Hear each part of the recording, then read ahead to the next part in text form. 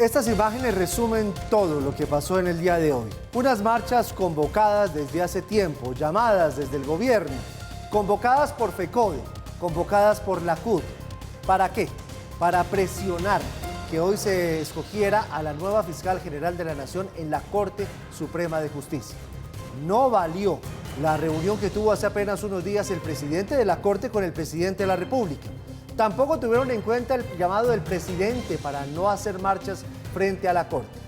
Los manifestantes llegaron y en estas imágenes, ustedes las van a ver, intentaron ingresar a la fuerza a la Corte. Indígenas, con palos, con piedras, rompieron algunos cercos de seguridad, ahí lo ven ustedes, y trataron de ingresar a la Corte Suprema de Justicia en el momento en el cual los magistrados estaban sesionando para ver si podía elegirse la nueva fiscal general de la Nación. No solamente hubo una votación, hubo dos votaciones. Y en las dos votaciones ganó el voto en blanco. Es la tercera vez que en la Corte gana el voto en blanco y no hay consenso para elegir a la sucesora de Francisco Barbosa. Razón por la cual la nueva fiscal general de la Nación encargada es Marta Mancera. Apenas salga Francisco Barbosa, su vicefiscal asume como nueva fiscal general de la Nación. Esto enardeció a los manifestantes que sitiaron, bloquearon el Palacio de Justicia, como no ocurría tal vez desde 1985, 1986, en aquellos hechos. Fue bloqueado. El presidente llamó a la policía para intentar desbloquearla por las buenas y tuvo que actuar el ESMAD. En medio de todo, la Corte Suprema de Justicia sacó el siguiente comunicado, lo hizo público, exigiéndole al presidente que le dé garantías para tomar las decisiones en derecho. La Corte Suprema de Justicia rechaza enfáticamente el asedio de las últimas horas al Palacio de Justicia de la capital de la República. Situación que, además de afectar gravemente el derecho a la libertad de locomoción, pone en grave riesgo la vida e integridad física de magistrados, empleados, periodistas y demás ocupantes de la principal sede judicial del país. Como no solo lo ha manifestado, sino consagrado siempre en sus providencias, la Corte defiende y garantiza el legítimo derecho a la protesta pacífica y la divergencia de posturas ciudadanas e institucionales en asuntos públicos de la nación. Sin embargo, condena en esta oportunidad el bloqueo violento e ilegal al que es sometida nuestra Casa de Justicia. Es inaceptable que se llegue a sitiar a jueces cuya independencia, autonomía e imparcialidad debe ser impulsada y promovida tanto por la sociedad como por los poderes públicos del Estado. La democracia queda en vilo cuando cualquier sector o actor de un país pretende presionar política, física o moralmente decisiones de la justicia. En un Estado de Derecho como el colombiano, la función judicial solo está sometida al imperio de la ley. Todo conflicto o diferencia deben ser tramitados por medio de los procedimientos institucionales consagrados en el orden jurídico. La Corte Suprema de Justicia exige al Gobierno Nacional brindar las garantías necesarias para que el ejercicio de las competencias de esta corporación y los demás jueces colombianos se puedan desarrollar sin presiones, hostigamientos o amenazas. Este comunicado se hizo en medio del hostigamiento y de las presiones y del sitio que hicieron los manifestantes en la Corte Suprema de Justicia. No dejaban entrar ni salir a nadie. En ese momento, la Procuradora General Margarita Cabello hizo el siguiente pronunciamiento muy fuerte, donde dijo que los magistrados estaban prácticamente secuestrados. En estos momentos, los magistrados de la Corte Suprema de Justicia y algunos funcionarios se encuentran dentro del Palacio de Justicia, podríamos decir entre comillas, secuestrados por un grupo de manifestantes, y creo que necesitamos darle la solidaridad a ese órgano autónomo independiente del gobierno como es la rama judicial. Hoy, más que nadie, exigimos de la fuerza pública y del señor general Salamanca que actúe con la contundencia y con la fuerza suficiente para garantizar no solo la vida de los magistrados y los funcionarios que se encuentran dentro del Palacio de Justicia, sino además de garantizar la institucionalidad de nuestro país. Inmediatamente después el presidente de la República sacó un trino y en su trino le daba la orden a la Policía Nacional para despejar la Corte, proteger a la justicia, pero culpaba a la derecha de lo que estaba pasando. Paula. Fue esa quizá la primera reacción que se tuvo del presidente Petro a través de esta red social. Después ya vino una seguidilla de mensajes, pero les vamos a mostrar la que fue su primera reacción. Aquí la tiene. Esto decía el presidente: lo que han intentado explícitamente sectores ajenos a la Corte Suprema de Justicia y ligados con el narcotráfico y la corrupción es no permitir el mandato que el pueblo otorgó por voto popular. Así que la ciudadanía tiene todo el derecho de organizarse democrática y pacíficamente. Atacaron el sindicato de trabajadores más grande de Colombia mientras permitían la impunidad de ingresos de la mafia en campañas anteriores. Les solicito a los maestros y maestras de Colombia, a la Fuerza del Saber, coordinar las juntas de organizaciones populares en cada municipio para defender la democracia y el voto popular. El defensor del pueblo también se manifestó durante ese asedio y llamó a la calma, pero sobre todo al respeto a las instituciones. Reitero mi llamado al respeto por la institucionalidad, por la democracia y por la Constitución. Un llamado a la prudencia y a la calma para que cese cualquier tipo de acciones dirigidas a imponer por la fuerza decisiones que son de competencia exclusiva de la Corte Suprema de Justicia. También manifiesto mi solidaridad a los magistrados y funcionarios de la Corte Suprema de Justicia, de las demás altas cortes y en general de todos los funcionarios de la rama judicial en el país. Finalmente, me sorprende el pronunciamiento del secretario general de la OEA, Luis Almagro, en relación con la lectura de la realidad nacional. Lo que está en riesgo no es el gobierno del presidente Petro, lo que está en riesgo es la independencia y la autonomía de la justicia colombiana. Y en el mismo sentido se pronunció también la Corte Constitucional en voz de su presidenta, de la magistrada Diana Fajardo. Enviaron un mensaje de respaldo, por supuesto, a la Corte Suprema, pero también hicieron un llamado a la sensatez y a la calma. Comunicado a la opinión pública. La Corte Constitucional hace un preocupado llamado a la sensatez y a la calma. Destaca la legitimidad de la libre movilización ciudadana como genuina expresión de sus demandas y sus anhelos, y enfatiza la obligación de todos los demás habitantes del país y de las instituciones de respetarla y garantizarla. Sin embargo, también llama la atención en la necesidad de que no se bloquee, presione o amedrante a las instituciones de la justicia. Los jueces en todos los niveles requieren de tiempo, espacio y condiciones aptas para una adecuada deliberación y decisión de los asuntos y encargos propios. La Corte Constitucional reclama con vehemencia respeto por la independencia de la Corte Suprema de Justicia, así como por la integridad de sus miembros, y deplora los ataques, la violencia y los insultos, lo que solo sirve para retardar las decisiones que los ciudadanos todos estamos esperando. Finalmente, la Corte envía su voz de respaldo, aliento y apoyo irrestricto a la Corte Suprema de Justicia y hace votos porque su independencia sea respetada, sus decisiones acatadas y sus magistrados protegidos. Todo el sector justicia se unió para rodear a la Corte Suprema de Justicia. Lo dice la Corte Constitucional. Los insultos, las agresiones solo retrasan las decisiones que se toman en derecho y para las cuales la justicia se toma su tiempo. El Consejo Superior de la Judicatura también se pronunció en ese mismo sentido.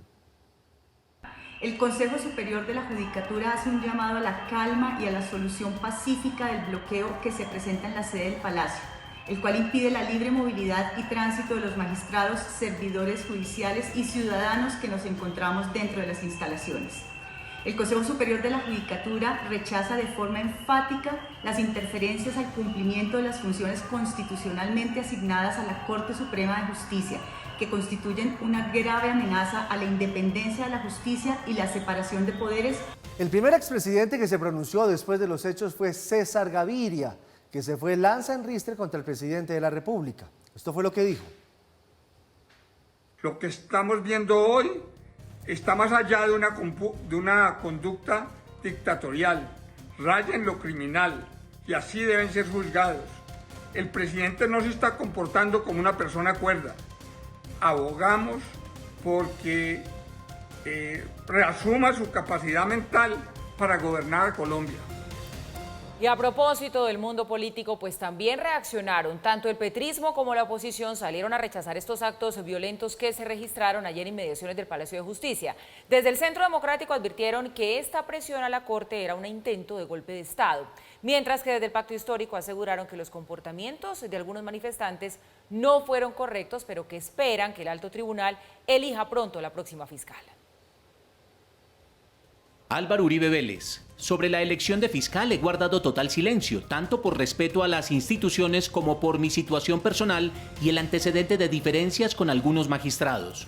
Sin embargo, expreso que no se puede permitir que grupos violentos tengan a los magistrados en una especie de secuestro. Se requiere la fuerza del Estado para que de manera táctica y sin crear riesgos se garantice seguridad y libertad a los magistrados.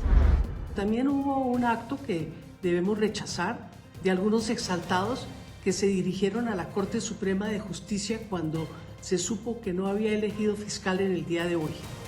Eso no es correcto. Hubo quienes trataron de impedir esos desmanes y desde luego respetamos la independencia de la Corte Suprema de Justicia. El bloqueo de manifestantes de las puertas del Palacio de Justicia es inaceptable. La separación de poderes y el respeto por la majestad de la justicia es un principio democrático.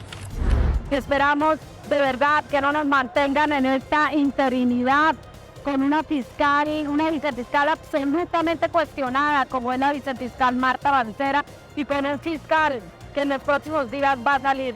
Lo que ha hecho hoy Gustavo Petro promoviendo unas marchas violentas que sí llegaron a las puertas de la Corte Suprema de Justicia, que los tienen encerrados y no los dejan salir, es un golpe de Estado.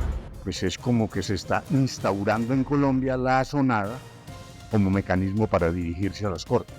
Hoy la Corte Suprema, ¿qué pasará mañana? Incluso al Congreso. Luego, me parece que estamos escogiendo el peor de los caminos. Andrés Pastrana. El cerco violento a la Corte Suprema de Justicia y la pasividad cómplice del gobierno de Gustavo Petro son el más grave atentado a la justicia desde la toma del Palacio de Justicia por el M-19. Los plantones que existieron hoy frente a la Corte Suprema de Justicia son inaceptables y no tienen ninguna justificación. Las democracias se basan en el equilibrio de poderes, en la separación de los mismos. Y no se puede presionar a la Corte Suprema, esto sale muy mal. Estamos justamente acá, es enfrente de la Fiscalía para hacer la reflexión nacional de la necesidad de hacer lo más rápidamente posible el cambio fiscal, pero respetamos la Corte. Este gobierno se ha caracterizado por respetar los fallos, las sentencias. Presidente Petro, en la mañana de hoy le pedí que usted como convocante a las marchas del día de hoy hiciera un llamado de paz y de tolerancia. Lamentablemente usted no lo hizo y estamos viendo las consecuencias. Dichas marchas, que han debido ser en paz, se han tornado violentas. Los gremios también rodearon a la Corte Suprema de Justicia, hicieron un llamado por el respeto a la institucionalidad. El Consejo Gremial Nacional expresa su respaldo a la rama judicial, a las Cortes y en especial a la Corte Suprema de Justicia y solicita formalmente a toda la sociedad y estamentos el respeto por su independencia, el acatamiento de sus decisiones y la protección de sus magistrados y jueces. Rechaza vehementemente los actos violentos y vandálicos contra la Corte Suprema de Justicia. No son aceptables ningún tipo de presiones pasivas o activas a las Cortes y jueces para afectar sus decisiones. La independencia de las decisiones de las ramas del poder público, en especial la de la justicia, es la base de la protección de los derechos de todos los colombianos y del respeto de la Constitución y las leyes. Las manifestaciones son expresiones válidas de la democracia. Sin embargo, estas no deben afectar los derechos de los ciudadanos que no comparten sus objetivos y menos constituirse en presiones a poderes independientes. Los líderes del país deben generar confianza y ejemplo para una relación armónica entre los poderes, garantizar la independencia de cada uno y el Estado de Derecho. Desde FENALCO rechazamos y condenamos los hechos que se han presentado hoy ante la Corte Suprema de Justicia y sus magistrados. Consideramos que las marchas promovidas por el gobierno son un irrespeto a la institucionalidad y a la separación de poderes en el país. Toda nuestra solidaridad con los magistrados y sus familias en los momentos que están viviendo. Y así se ve en este momento la Corte Suprema de Justicia a esta hora. Está totalmente rodeada por la policía, por el SMAT. Algunos manifestantes están todavía ahí gritando arengas. Finalmente hicieron un cerco, como no se había visto antes, para poder sacar a los magistrados. Salieron en camionetas blindadas, que hacen parte de su esquema normal, pero acompañados por 3 y 4 motos con hombres del SMAT que los acompañaron hasta sus casas. Eso no debe pasar en una democracia. A todas estas, Paula, ¿qué dijo la Fiscalía General de la Nación? Bueno, pues se pronunció la Fiscalía, digamos, en el mismo sentido de todas esas reacciones que ya hemos visto, pero también anunciaron cuáles son las acciones que van a tomar. Este es el comunicado de la Fiscalía, donde rechaza los hechos, pero además anuncia que conformó un equipo de trabajo compuesto por fiscales e investigadores del Cuerpo Técnico de Investigación con el objetivo de efectuar los actos urgentes que correspondan y ejercer la acción penal frente a los posibles hechos delictivos que se hayan cometido. También enfatiza la importancia de ejercer el derecho a la protesta ciudadana dentro del marco legal, así como de respetar los canales democráticos previstos en la Constitución. La integridad de las instituciones de la justicia, dice, es esencial para la preservación del Estado social de derecho. Pues qué decir, Mauro, yo lo recordaba desde las épocas de los años 80 y estoy hablando de la toma del Palacio de Justicia por parte precisamente del M-19. Yo no recordaba que sucediera algo así en el Palacio de Justicia. Había manifestaciones, pasaban por el lado, pero jamás que intentaran ingresar los manifestantes al Palacio de Justicia y que retuvieran a los magistrados adentro, porque estuvieron retenidos. Los mismos magistrados lo dicen, lo dijo la procuradora.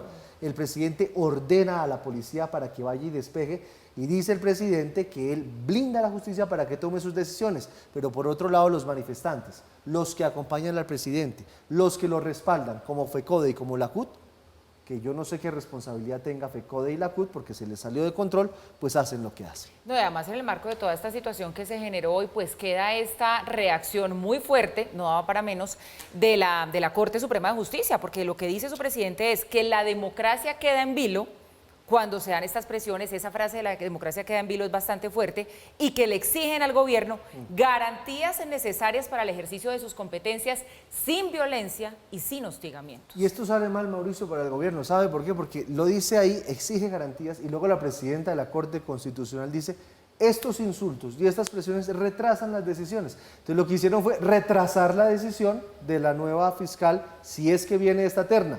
Adenda, las dos sacaron notas bajitas, ganó el voto en blanco, y por tercera vez en votaciones la Corte le dice al presidente: no me convence la terna.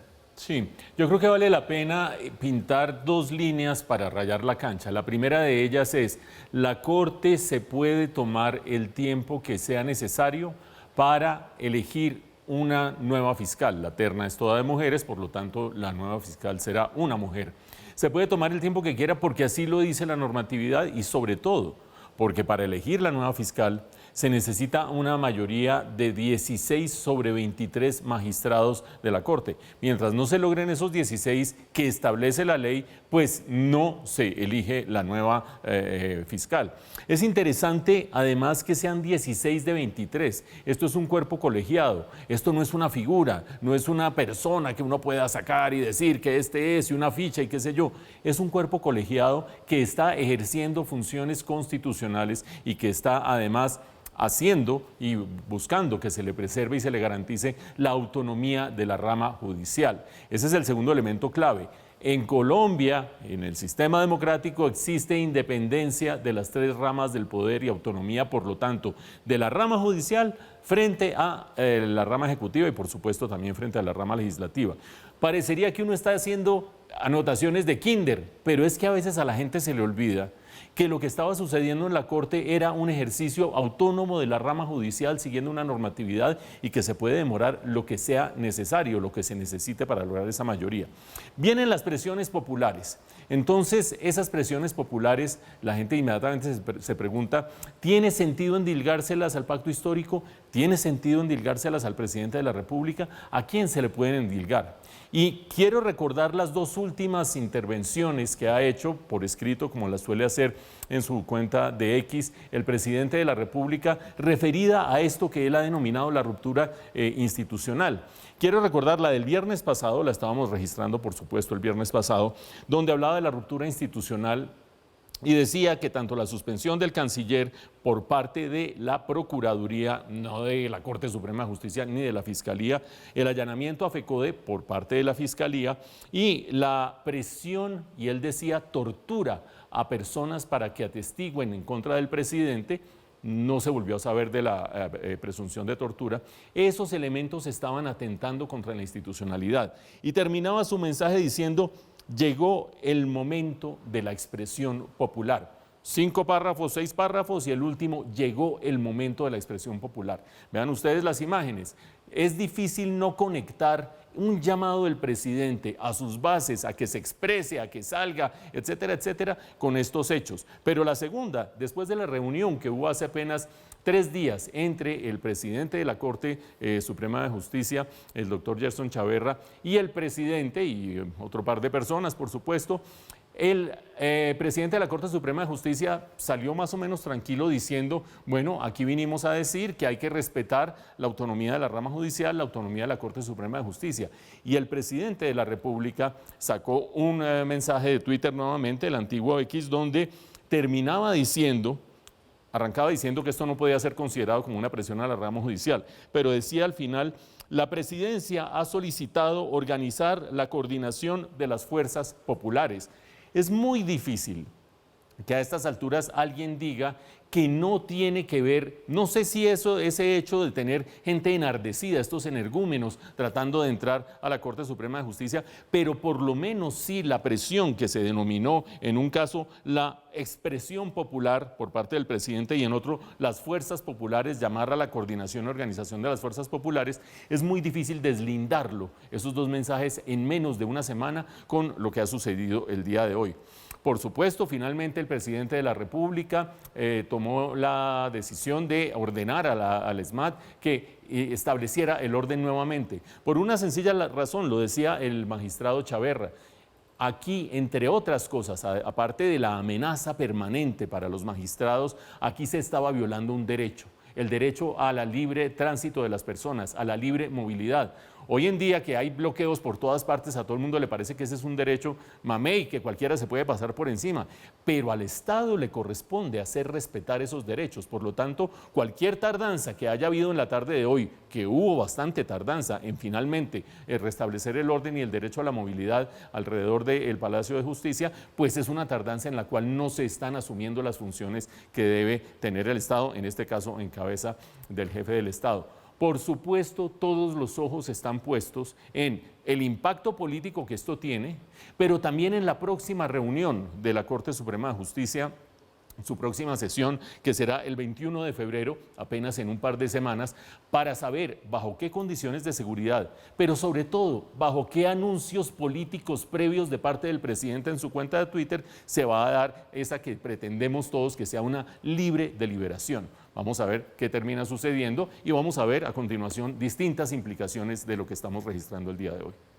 Bueno, Ángela, la otra noticia, Marta Yanet Mancera va a ser la nueva fiscal general de la Nación, pues en encargo. Ahora, no es la primera vez que pasa, ha ocurrido por lo menos 3 o 4 ocasiones anteriores. La Corte incluso se ha tomado hasta 17 meses. Esto ocurrió en el gobierno del expresidente Álvaro Uribe para decidir quién era el próximo fiscal. Pero todos quieren conocer quién es Marta Mancera, que molesta tanto a los sindicatos, que molesta tanto al presidente de la República, una coequipera de Francisco Barbosa. Quizás sea por eso, pero usted nos preparó un informe y un perfil de ella y usted la conoce muy bien. Háblenos entonces de la que va a ser a partir del próximo 13 de febrero, la nueva fiscal general, Ángela. Pues mire, Marta Mancera Giovanni lleva 31 años haciendo parte de la Fiscalía. Ella ingresó en el año 1993 en diferentes cargos y no es la primera vez, además, que va a ejercer como fiscal encargada. Esta es su segunda vez, porque ella quedó encargada temporalmente cuando a Vivian Morales el Consejo de Estado le anuló su elección en marzo del 2012.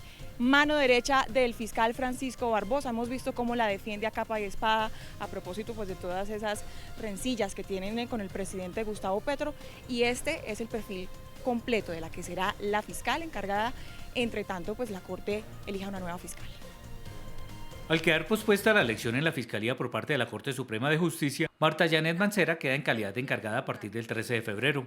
La vicefiscal ha sido coequipera del fiscal Francisco Barbosa durante 4 años. Ingresó a la Fiscalía en 1993 y se desempeñó en cargos como fiscal delegada ante jueces especializados y de circuito, directora de la Unidad de Desmantelamiento de Organizaciones Criminales de Fiscalía, jefa de la Unidad Especial de Investigación y de la seccional del CTI en Cali. Esta abogada de la Universidad Libre ha acompañado al fiscal Barbosa en algunos de sus viajes donde se busca cooperación internacional para luchar contra la criminalidad, y será la segunda ocasión que ocupe ese cargo en calidad de encargada, ya que reemplazó temporalmente a Vivian Morales cuando el Consejo de Estado anuló su elección en marzo de 2012. La vicefiscal Mancera mantiene una posición similar a la de Barbosa frente al gobierno, y es por eso que el presidente Gustavo Petro ha señalado que desde la Fiscalía supuestamente se participa en una ruptura institucional que busca la caída del gobierno. La vicefiscal hace parte del grupo de investigadores del hijo del presidente, Nicolás Petro, a quien la Fiscalía le imputa delitos de lavado de activos y enriquecimiento ilícito. Además, están en espera el juicio de su hermano Juan Fernando, acusado de prometerle a los presos rebajas penitenciarias con la supuesta anuencia del presidente, y el de Laura Saravia, una de las personas más cercanas al mandatario. En medio de la investigación que adelanta el ente acusador por la presunta financiación irregular de la campaña Petro Presidente, el pasado 22 de enero, la Fiscalía y la Corte Suprema de Justicia visitaron las instalaciones de FECODE en búsqueda de documentación que soportara el aporte que hizo el sindicato por 500 millones de pesos a la campaña. El presidente considera que hay una persecución en su contra. Esos casos afectan al presidente, aunque la ley señala que las conductas penales de los familiares o allegados no son de su incumbencia, ya que los procesos penales en Colombia son de responsabilidad individual. La fiscal, que quedará encargada de la entidad desde la próxima semana, ha sido señalada de encubrir y proteger durante varios años a Francisco Javier Martínez, es director del CTI de la Fiscalía Buenaventura, a quien vinculan con organizaciones de narcotráfico y tráfico de armas. Fiscales delegados ante la Corte Suprema cerraron la investigación por no encontrar elementos para tomar medidas. También se cerró una indagación por supuesta corrupción en la Fiscalía de Cali. Bueno, y una de las primeras reacciones, tal vez la única por parte del gobierno hoy al nombramiento o al inminente nombramiento de Marta Mancera como fiscal general encargada, fue la del ministro de la Defensa, que le bajó la temperatura a la pelea. ¿Qué fue lo que dijo? Parece que el ministro de Defensa sí se lo toma con calma después de que se confirmara pues que no hubo humo blanco en la votación para elegir fiscal, y que ya es un hecho cierto que a partir del lunes pues asume la doctora Mancera durante este periodo hasta que se decida. Dijo que el hecho de que la doctora Mancera quede allí como fiscal encargada no implica que las relaciones entre la policía judicial y el ente investigador se tengan que ver afectadas desde ningún punto de vista. No tiene por qué existir ningún impacto. La Policía Nacional ha trabajado durante todo este tiempo sin modificación, sin interrupción con la Fiscalía General. Es además una obligación de la Policía Nacional, es una necesidad de colaboración que tiene también la Fiscalía General, de manera que institucionalmente no tiene por qué existir, haber ninguna incidencia que transforme las relaciones o que modifique las relaciones que se han venido manteniendo, el trabajo conjunto, coordinado. Pues cae muy bien esa declaración del ministro de la Defensa, porque le baja la temperatura, porque tiene que haber un tipo de comunicaciones entre los dos, como debe ser y como debe seguir siendo, entre la Fiscalía y el Ejecutivo y el Gobierno. Pero, pues sí, la piedra angular de la pelea es Marta Mancera, que no la acepta el presidente de la República, y por eso está pasando todo esto.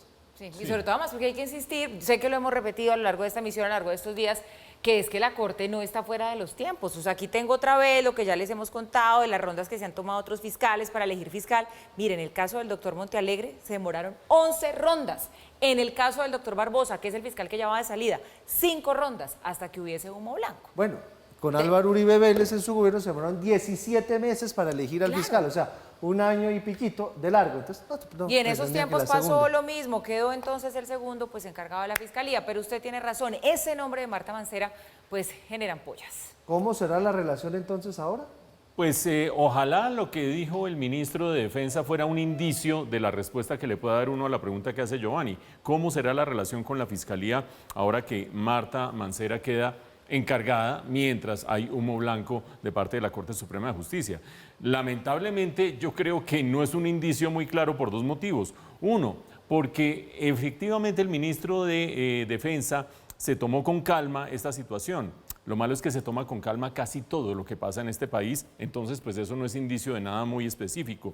Pero segundo, el ascendente que pueda tener el ministro de la Defensa sobre los sectores mucho más polarizantes y más ríspidos que hay dentro del gobierno, pues yo creo que es prácticamente nulo. Por lo tanto, pues muy buenas las declaraciones del ministro de Defensa, pero creo que quedan un poco en el lugar en que han quedado en esta narración que hemos hecho en este noticiero.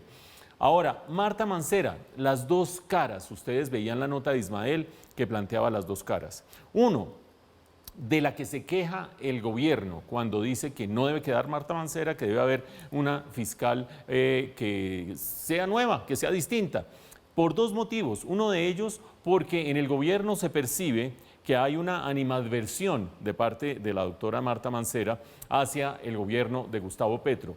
En eso no ha ayudado nada la manera como en los últimos meses el fiscal saliente Francisco Barbosa empezó a combinar la narración y la comunicación de lo que estaba haciendo la Fiscalía con echarse flores, con echarle vainazos al gobierno, con comparar al presidente de la República con Pablo Escobar. Es exabrupto que por lo menos desde el punto de vista institucional más grande no puede haber. Por lo tanto, flaco favor le hizo el fiscal Barbosa a Marta Mancera como para calmar las aguas. Esa es una cara que va junto con algo que nos mencionaba Ismael, y es que existen los señalamientos de que la vicefiscal Marta Mancera habría encubierto a un director del CTI en Buenaventura que estaría vinculado con el narcotráfico. Dicen que hubo denuncias dentro de la misma fiscalía que le llegaron a su despacho y que ella las desdeñó. Como lo decía Ismael, sí hubo investigación de parte de los fiscales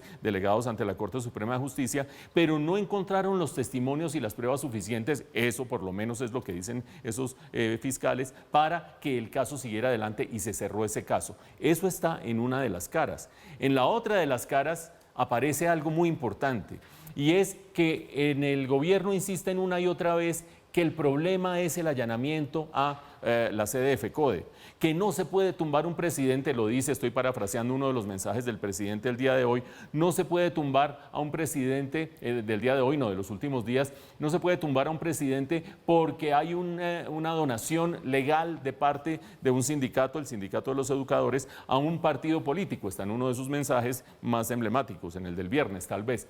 Pero es que ese no es el problema. El problema, como lo decía Ismael en su recuento, es que la Fiscalía tiene ojo a los siguientes casos. Tiene el caso de Laura Sarabia, la pieza más importante dentro del gobierno de Gustavo Petro, por lo menos en términos de ejecutorias y de confianza del presidente.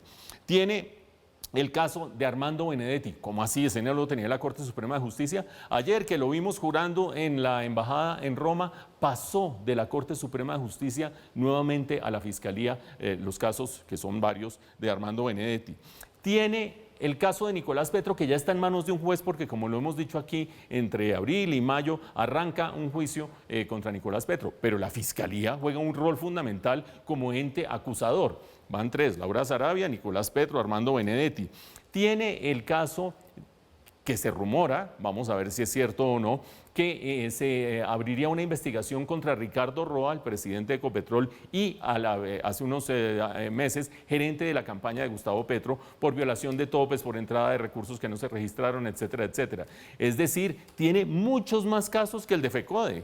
tiene muchos elementos claves con los cuales la rama judicial, en caso de avanzar y que esto prospere, siempre acuérdense ustedes, existe la posibilidad de que se cierren las investigaciones, etcétera, etcétera, pues es un caso, una serie de casos en los cuales la rama judicial sería un contrapeso bastante significativo para el Poder Ejecutivo. Por lo tanto, a estas alturas decir que todo consiste en que se allanó la sede de FECODE, creo que está soslayando los puntos centrales que veíamos en la nota de Ismael, a la que yo le agregaría lo que pasó ayer, que también Armando Benedetti vuelve a estar bajo el paraguas de la Fiscalía. De allí que la importancia sea mucho más grande de quién vaya a ser la nueva fiscal y cuánto dure Marta Mancera, que sencillamente decir queremos fiscal ya, como llegó a decir en su momento hasta la OEA, bastante mal informada.